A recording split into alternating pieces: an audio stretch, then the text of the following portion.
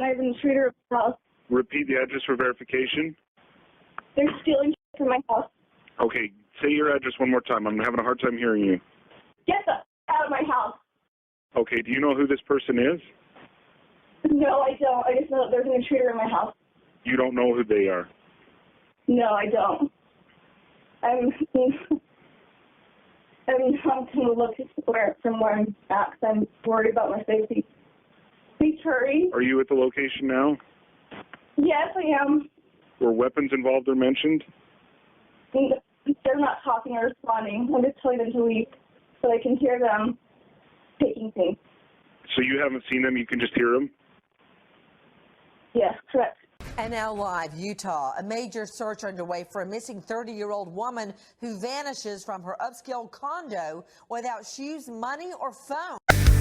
Gather round, all you seekers of the night. Welcome to Patrick's Dark Corner. Hey, what's up everyone? Kayelyn Louder was a 30-year-old woman living a quiet life in Utah, but one day in 2014, everything changed. A strange 911 call, odd behavior caught on camera, and an unexplained disappearance left everyone asking, what happened to Kayelyn? In this video, we'll explore the unusual events leading up to that day and the mystery that continues to puzzle investigators and her loved ones. Kayelyn Louder was born January 21st, 1984, along with her twin brother, Colton. In 2009, Kayelyn graduated college with a degree in social work from Utah State University. Just 3 years after that, tragedy struck the Louder family when Kayelyn's twin brother Colton shot and killed their uncle Jeff Ackerman during a dispute over drugs. Here is a video of Kayelyn in a documentary about her brother's fall into addiction. He just struggled. He struggled to hold down a job. He struggled with other relationships. He struggled with his self-confidence. Just feeling like he should live any longer. You have to take everything seriously. Anything that you think may be, suicidal on their end, or anything that's destructive that you're worried about their own safety, that you have to take everything seriously and think worst case scenario and do everything possible to help them, so hopefully they wouldn't have to go through something like this. So it appears Kayelyn had problems holding down a job since she graduated. At the time of her disappearance, she had been unemployed for about a year. Prior to that, she'd been fired from her job at an all-boys private school. Apparently she had been doing a side job, dog sitting, and she called off school one day to dog sit, and they found out, and yeah, she got terminated. Kayelyn had no mental problems her entire life, according to her family. At the time of her disappearance, her dad admitted she was a bit depressed about her employment status. Apparently, she had just applied for a job that she was really excited about, and the night before she disappeared, she got some not so good news back. Her mom, however, said she talked to Kayelyn around the same time and she seemed really happy. She was working on updating her resume and she wasn't about to let that get her down. Besides, Kayelyn had a pug named Phyllis, and she treated that dog like it was her child. Sick, Phyllis. That's just disgusting.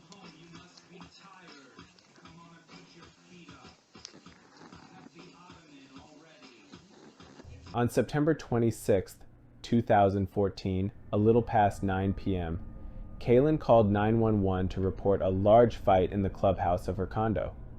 She told dispatch that there were guns involved. When officers arrived to the clubhouse, though, they found a wedding reception and everyone there said there was no fights and no guns. One guest did say that he lit off a firework, though, so it's possible Kayelyn mistook the fireworks for gunfire. 1 hour later, Kayelyn called 911 again, but she hung up. The dispatcher called her back and said she seemed confused and had problems remembering her own address. She was mumbling and hard to understand, but she said that her roommate, Carol, thought she was delusional and paranoid. Kayelyn told the dispatcher she lived in a don't ask, don't meddle type of community, and she didn't want to endanger her friends. At 8:18 a.m. the next morning, Kayelyn made her third and final 911 call. I have an intruder at my house. Repeat the address for verification. They're stealing from my house. Okay, Say your address one more time. I'm having a hard time hearing you. Get the out of my house. Okay, do you know who this person is? No, I don't. I just know that there's an intruder in my house. You don't know who they are. No, I don't. I'm not going to look from where I'm at because I'm worried about my safety. Please hurry. Are you at the location now? Yes, I am. Were weapons involved or mentioned? They're not talking or responding. I'm just telling them to leave so I can hear them taking things. So you haven't seen them, you can just hear them? Yes, correct. Are you or anyone else in immediate danger? I believe so. Okay, are you able to get yourself to safety? I just want to answer that while he's here. I'm sorry, what? No. Can you talk freely with me? Yeah. Okay, where exactly are you? I'm in the back bedroom. So obviously during that call, Kayelyn sounds really scared and possibly paranoid. Apparently her roommate Carol was home at the time of the 911 call, and she can be overheard telling Kayelyn that no one could have broken in because the door was locked. Where did the suspect enter the building? There's only one door. Get out of my house. Is there anyone else in the building who belongs there? Yes, there's 6 apartments. Okay, is there anybody else in your apartment that should be there? I believe she is here. I have a roommate. Where is she at? Next door to me. Can you still hear them? Yes, Where does it sound like they're at? the front room, near the entrance. It's a small place. Shut up. Are they saying anything? Yeah, I heard someone say, hey, go in there, so there's obviously 2 of them. Hey, Carol, lock the door. There's something going on there. Come here. Yeah. They might have left.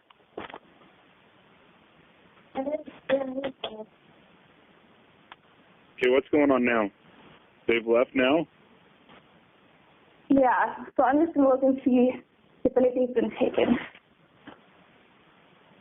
Someone opened the door, and I heard them come in. Don't do that, Carol. If the door's still locked, it's not impossible. They must have a key or something. Because when I took the dog out, I heard people talking. And there was people last night, sitting outside the window. And so they, were scoping us out or something. Why is the door still locked? Well, I can't explain that, but I heard, 2 people talking. Once the cops got there, they found no signs of a break-in. Kayelyn was gone, and Carol told them she had no clue what Kayelyn was even talking about. I'm going to replay you some background noise in the 911 call. You can hear a laugh, and some people think it sounds sinister, and it's not coming from Kayelyn. Around noon, Kayelyn runs into one of her neighbors who invites her to a party that night. Kayelyn declines, saying that she plans to spend the night cleaning and updating her resume. At around 3:45 in the afternoon, Kayelyn is spotted on her building surveillance camera wandering around the creek behind her condo. It's raining really heavy, and Kayelyn is wearing short shorts, a tank top, and has no shoes on. She then bolts back towards her building as if she saw something that really scared her, although there's a huge pile of concrete so we can't see what was there, if anything. At 5:45, Kayelyn is spotted on the surveillance cameras again. This time, she is carrying her dog. Police say that she is talking to herself in the video. But to me, it seems pretty obvious that she's just talking to her dog. So why the police would assume that, I'm not really sure. Kayelyn is spotted one last time on the surveillance camera, but by this time a car has pulled up, so it's pretty hard to see anything. You can then see her roommate, Carol, leaving the creek area wearing yellow boots. Kayelyn was reported missing later that night. Police said that she was psychotic and she would be found wandering around eventually. Obviously, Kayelyn's family was not happy with the police's response, so they went to the media. Two exclusive guests, Kayelyn's close friends, Riley, and Kayelyn's sister, Maddie. Maddie, thank you so much for joining us. My heart goes out to you. I know you're living a nightmare. First of all, let me ask you, what has this been like these past 10 days for you and your family? Just the only way I can explain it is like a nightmare, that just an out-of-body experience. It doesn't even seem real. Like, you never expect that it could ever happen to somebody that you love. Well, I'm sorry you're going through this. Now, I was very struck by the fact that she called 911 earlier in the day before she disappeared and said, I think somebody's trying to break in to my condo. What do you know about that? And why on earth then wouldn't police immediately assume when she vanishes later that day that it's foul play? Because apparently they can't say for sure it's foul play.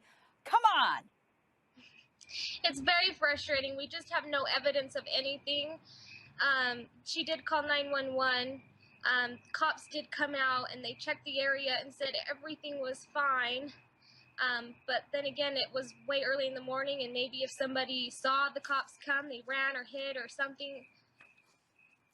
I don't know. Investigators say your sister left her condo in the pouring rain, no shoes, just shorts and a T-shirt. Listen to this. Her phone, her wallet, purse, her dog that she loves more than anything was at home. It struck me as odd because she left her dog Phyllis, which she loved, and she would never leave that poor little dog anywhere. And she also left barefoot, and she is very phobic of bugs. Okay, so again, why would she leave her keys, her phone, her purse, her wallet, her shoes, and her beloved dog, Phyllis, to run out into the rain? Now, the only thing I could think of, and I'll go to Riley Welsh, a close friend of the missing young woman. Okay, either she got a call from somebody that said, come on out, I'm going to pick you up, I got a gift for you, or something like that. Or she may have gone to the condo clubhouse. It's a very nice condo. But I understand the last call that she made was at 11 a.m., and she disappeared at around 6:57 p.m. in the evening. So what are your theories, Riley? Do you think she was abducted by a stranger, somebody that she knows? What? I mean, we have 100 different scenarios running through our head just because we're left with such a lack of evidence, you know. We're really hoping that someone out there will see her. We really are still hopeful that she's alive. And we've thought that maybe she's running outside to meet somebody. In the video, though, the surveillance video, you can see her looking back, almost like someone was chasing her, but we can't be for sure. And that just is really scary, especially with that 911 call earlier in the morning. Did she have anything in her hands at all? No, we have not found her car keys, but her car is in front of the condo, so she didn't leave with that. Now, did she have, this ex-boyfriend had appeared recently, we don't need to mention his name, but Maddie, had she complained about him and said, oh, he's bugging me? No, I mean, they had broken up quite a while ago, and I'm not for sure if they really did stay in contact. I mean, she's 30, she's her own person. So was she a lot dating of that, apparently, though, not to interrupt, but we're short on time and I want to get to key facts. He had talked to her approximately 4 days before, is what I understand. Did she ever complain about anybody She's a beautiful young woman. Did she ever complain about anybody harassing her? Did she call you after she called 911? I mean, she was a social worker, so she oftentimes ran into a lot of people that were a little off their rocker. So that definitely gives us a little bit of fright. But I mean, no one in particular in the last little while. You know, throughout the years, we've definitely heard of some people that have been at her, so. We're just at a loss. This is where 30-year-old Kayelyn Louder lives and was last seen. Her phone, her wallet, her dog that she loves more than anything was at home. Walking out barefoot during a heavy rainstorm. In my heart, I know that she had every intention of returning home. Where is Kayelyn Louder? Jim Kirkwood, KTKK, what happened? Nancy, this is really inexplicable. I remember that storm, and Utah's a dry state. It was really heavy, unusually heavy for Utah. And for her to go out like she did, she obviously was meeting somebody with a car to pick something up or talk to him or something like that. So this is very suspicious. It looks like she's been abducted, Nancy. Everyone, we are talking about Kayelyn Kiki Louder. Joining me right now, Officer Kenny Bass from the Murray Police Department. Officer, thanks so much for being with us. It all isn't making sense. Kiki disappears from her upscale condo. No phone, no shoes, certainly no raincoat. What do we know, officer? Right now, that's about all we know. She's left some of her personal items that she would normally take with her at home and left her condo and hasn't been seen since then. Officers and investigators have been searching the area, and we've certainly sent out a lot of information through social media in attempts to locate her. Everyone, tip line 801-840-4000.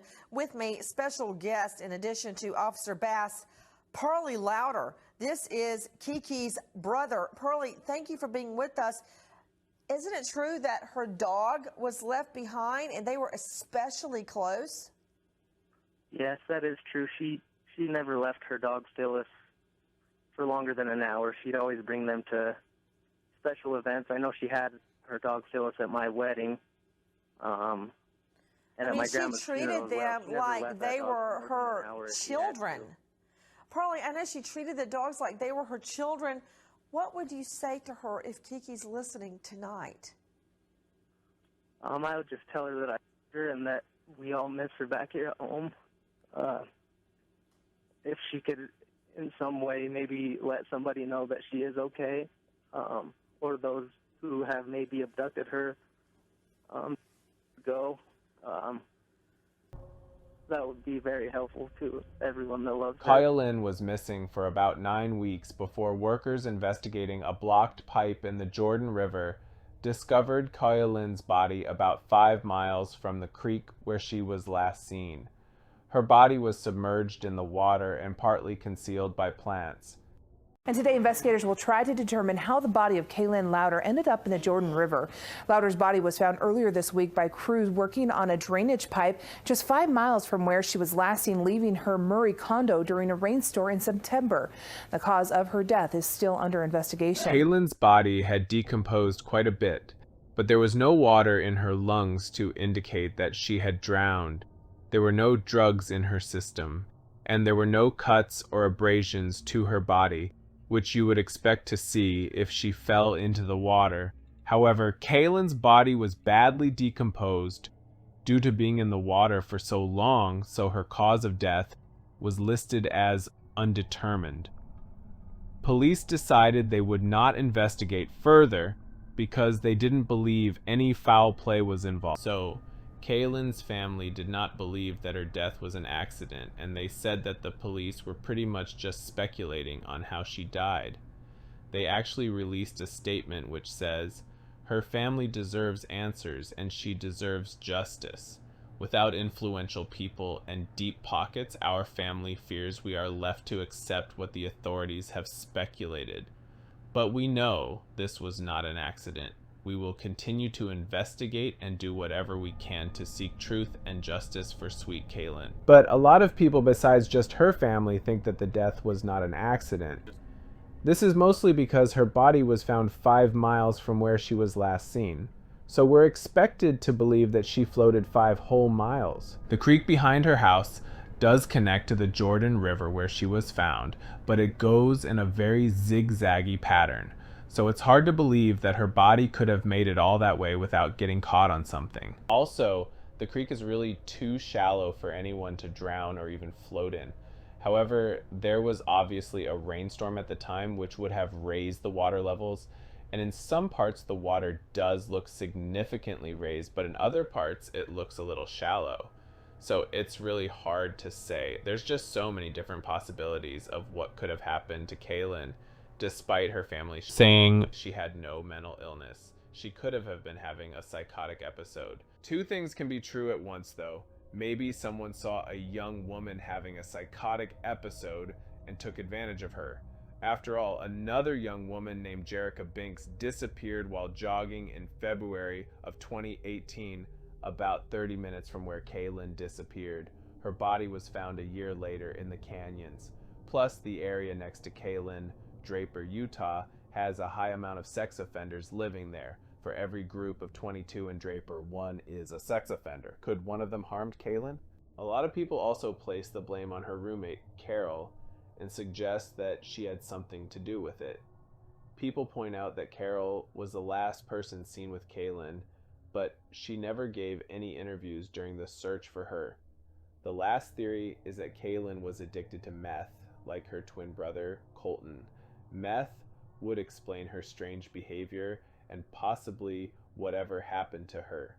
Colton actually died in 2019 after being addicted to meth for years. Proponents of this theory point out that Colton was arrested 3 times after being released from prison for killing his uncle.